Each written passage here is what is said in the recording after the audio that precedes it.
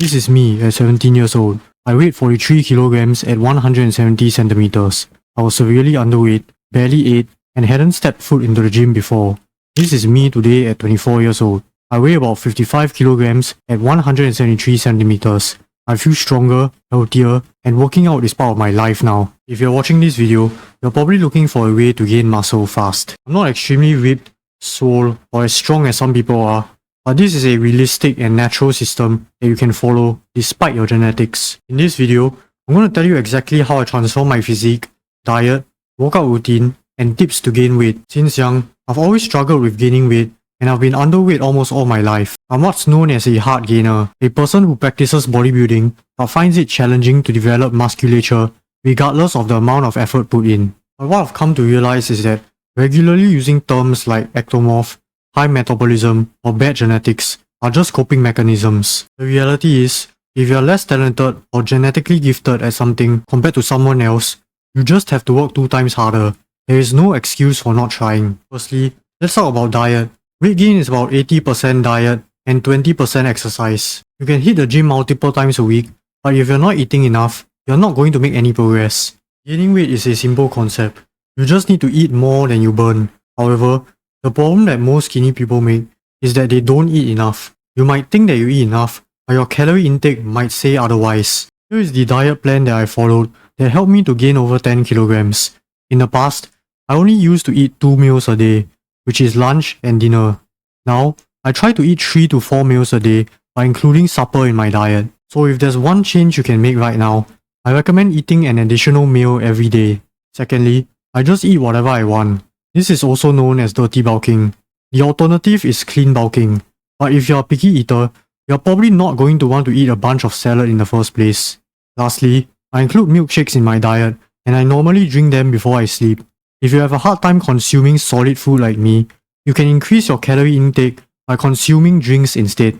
From where I'm located, I usually buy a cookies and cream milkshake from Boost, which is the highest calorie drink on the menu at 410 calories. If Boost is not located in your country, any other milkshake works as well. One of the biggest contributors to my weight gain is drinking a mass gainer on a daily basis. The supplement that I'm taking is Serious Mass by Optimum Nutrition.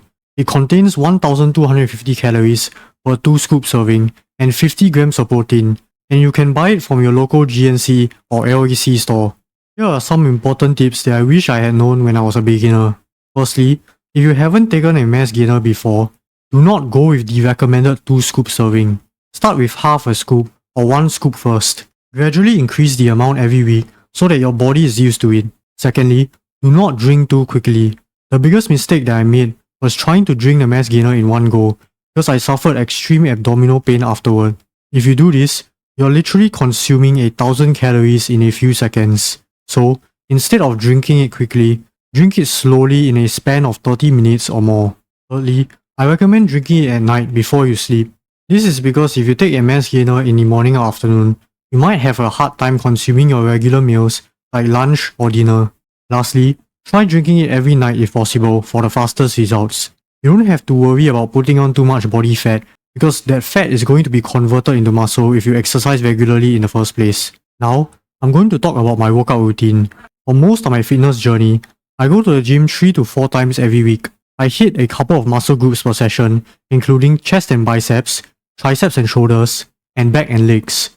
I work out for about 45 minutes each session because I found out that that's just the right amount of time needed to complete all of my exercises. I also mostly do isolation exercises because I focus more on bodybuilding. This is just a rough idea of exercises that I do that you can copy or take inspiration from. However, there is one exercise in particular that I want to elaborate on, which is the standing dumbbell chest flies. If you have poor chest genetics but good shoulder genetics, your shoulders might overpower your chest when you are doing bench presses. The exercise that helped me to grow my chest the most is standing dumbbell chest flies. Here's a video of how it's done.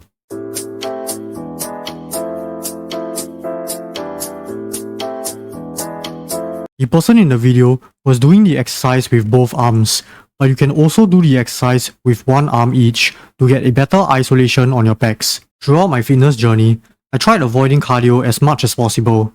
This is because cardio burns twice as many calories as lifting weights. However, I don't recommend avoiding cardio completely because your stamina will decrease rapidly. That being said, your priority should be lifting weights because if you do a lot of cardio, it's hard for you to maintain a caloric surplus. Lastly, I want to talk more about the time frame of when you can start seeing results. So this before and after photo was taken 3 months in between each other.